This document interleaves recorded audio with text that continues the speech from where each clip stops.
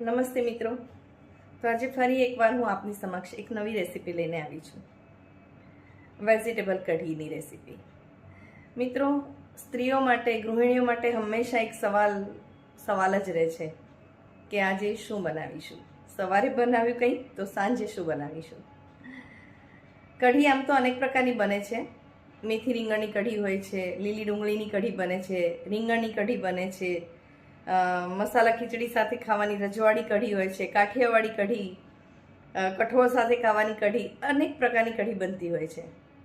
પણ શિયાળામાં આ કઢી ખૂબ જ સરસ લાગે છે અને એટલે મને થયું કે આ રેસીપી તમારી બધાની સાથે શેર કરું.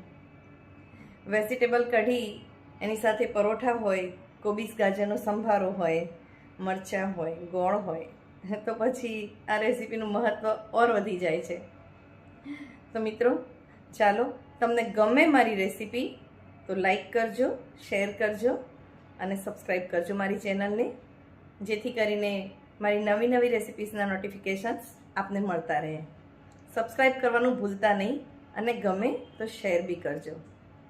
ચાલો, તો હવે વેજીટેબલ કઢીની રીત, એની સાથે સાથે કોબી સંભારો બી બધું જ હું તમને બનાવીને બતાવીશ.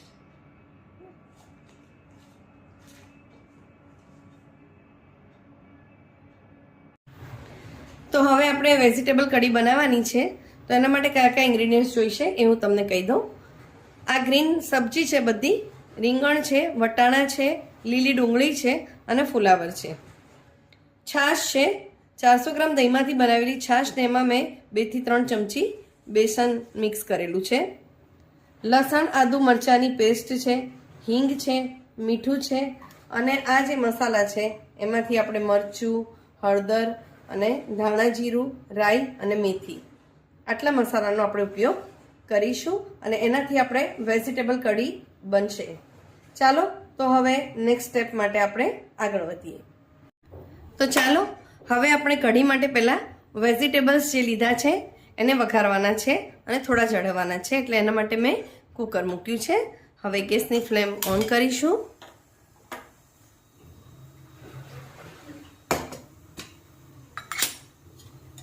અને એમાં આપણે 2 થી 3 ટેબલ સ્પૂન તેલ મિક્સ કરીશું.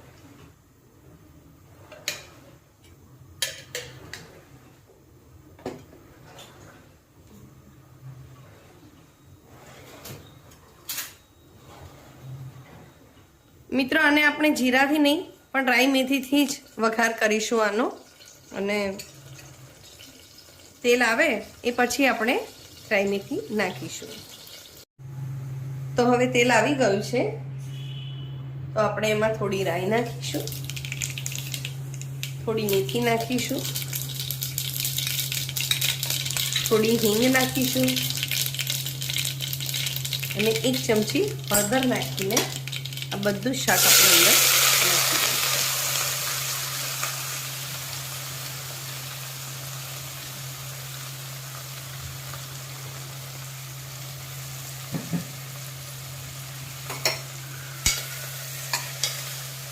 અને હવે એને વ્યવસ્થિત રીતે હલાવી લઈશું.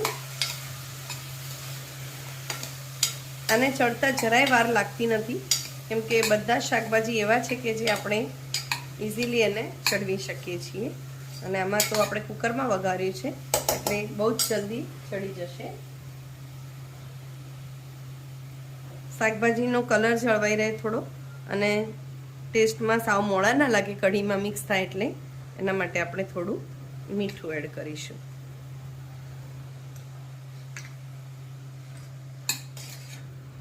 તમે જોઈ શકો છો કે આમાં બીજું કંઈ જ નાખવા નથી, આપણે ફક્ત હળદર અને મીઠું.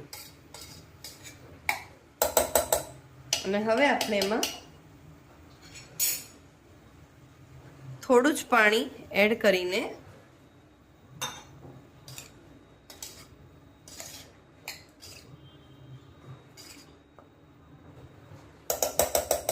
કુકર બંધ કરી દઈશું અને ફૂલ ગેસે 4 થી 5 સીટી આપણે એમાં વગાડીશું, એટલે બધું શાક સરસ રીતે ચડી જાય.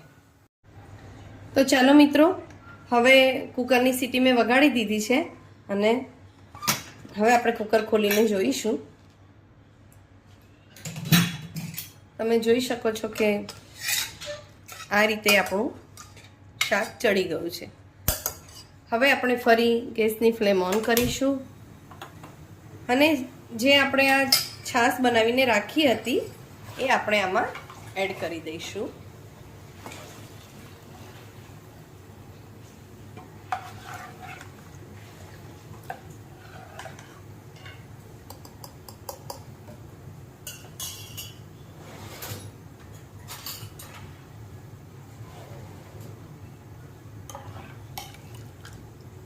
હવે એમાં આપણે થોડો મસાલો કરીશું.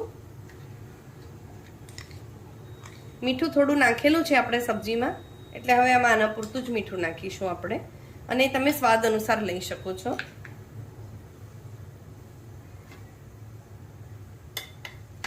લીલા મરચાં વધારે નાખ્યા છે મેં, એટલે હું સૂકું મરચું થોડું જ નાખીશ.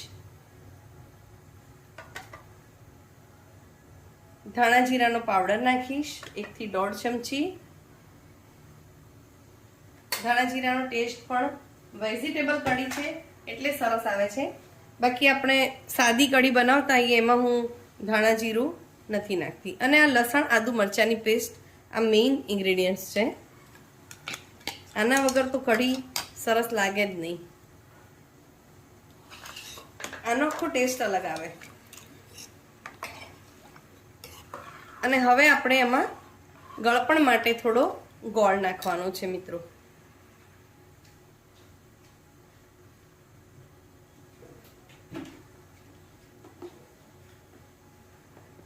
વેજીટેબલ કઢી છે ને સહેજ ગળપણવાળી હોય છે ને તો બહુ સરસ લાગે છે, એટલે હું આટલો ગોળ નાખું છું અંદર.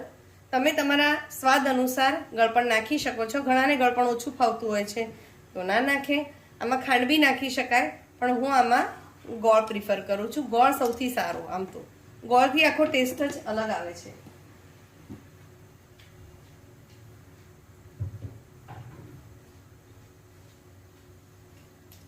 તો હવે આપણે આ કઢીને ઉકળવા દઈશું જ્યાં સુધી થોડીક થિકનેસ ના આવી જાય એમાં, કેમ કે આપણે આને પરોઠા સાથે ખાવાની છે અને વેજીટેબલ કઢી છે એટલે અંદર વેજીટેબલ બી છે, તો આપણે કઢી સાથે એને લઈને ખાઈ શકીએ એટલી થિકનેસવાળી કઢી આપણે કરવાની છે.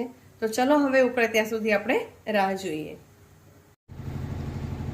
તો હવે વેજીટેબલ કઢી એક બાજુ ઉકળે છે ત્યાં સુધી એની સાથે ખાવાનો કોબીજ ગાજરનો સંભારો તૈયાર કરું છું મિત્રો. તો આમાં મેં ઝીણી ઝીણી કોબીજ સુધારી લીધી છે અને એની ઉપર આ ઝીણા ઝીણા ગાજર અને એની ઉપર આ ઊભા લીલા મરચાં સમારીને લીધા છે. આ સંભારો એટલો સરસ લાગે છે ટેસ્ટમાં કે ના પૂછો વાત. તો ચલો આપણે હવે વઘારવા માટે તેલ મૂકીશું અને પછી એને વઘારીશું. વેજીટેબલ કઢી સાથે આ સંભારો બહુ જ સરસ લાગે છે. તમે જરૂરથી આ રેસીપી ટ્રાય કરજો મિત્રો. તો ચાલો હવે આપણે સંભારો વઘારવાની તૈયારી કરીએ. તો હવે તેલ આવી ગયું છે. એમાં મેં 3 થી 4 ટેબલ સ્પૂન તેલ લીધું છે. હવે એમાં રાઈ નાખીશું આપણે થોડી.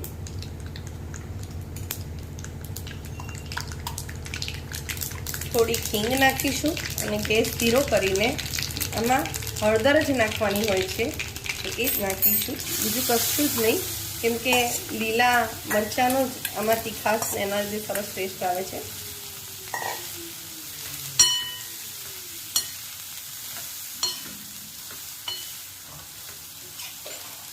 ને એમાં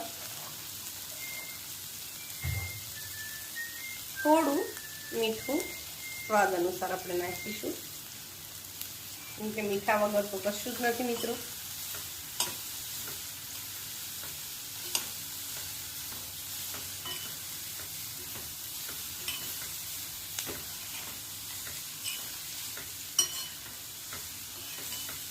તમે જોઈ શકો છો કે ગાજર, કોબીજ અને લીલા મરચાં મિક્સ થઈને આ સંભારાનો કલર કેટલો સરસ આવે છે કે જોઈને તમને મોંમાં પાણી આવી જાય. અને ખરેખર એટલો સરસ લાગે છે શિયાળામાં આ સલાડ. કોબીજ બી અત્યારે ખૂબ જ સરસ આવતી હોય છે અને ગાજર તો ખાવા જ જોઈએ શિયાળામાં. એમ કે છે કે આંખો માટે બી ગાજર ખૂબ જ સારા. અને મેં લીલા મરચાં તમે નાખો અને પછી જ્યારે થોડી વાર 5 મિનિટ માટે જ આને રહેવા દેવાનું આપણે, અને આ સલાડ આપણું તૈયાર થઈ જશે. આને બહુ ચડાવવાનું નથી આપણે શાકની જેમ.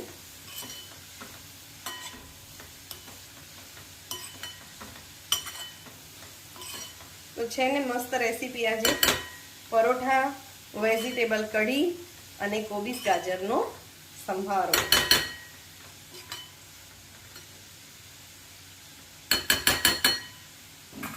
તો મિત્રો તૈયાર છે આપણો કોબીજ ગાજરનો સંભારો. જુઓ મિત્રો, તો કઢી અડધો કલાક ઉકાળ્યા પછી કેવી સરસ થઈ ગઈ છે, તમે બધા જોઈ શકો છો.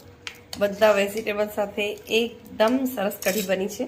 અને હવે આપણે એમાં એડ કરીશું મસ્ત ઇન્ગ્રીડિયન્ટ્સ કે જેના લીધે આખી સુગંધ બદલાઈ જાય છે એની.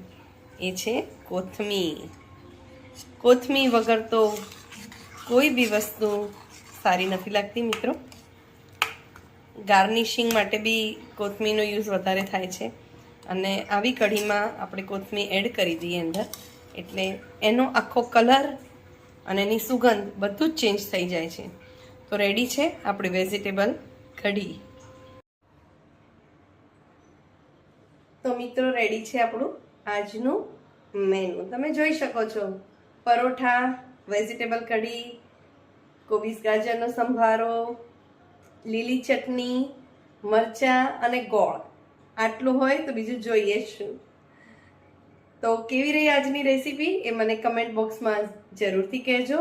અને જો તમને ગમે તો મારી ચેનલને સબસ્ક્રાઈબ કરવાનું ભૂલતા નહીં. ધન્યવાદ. હવે નેક્સ્ટ રેસીપી સાથે મળીશું ટૂંક સમયમાં.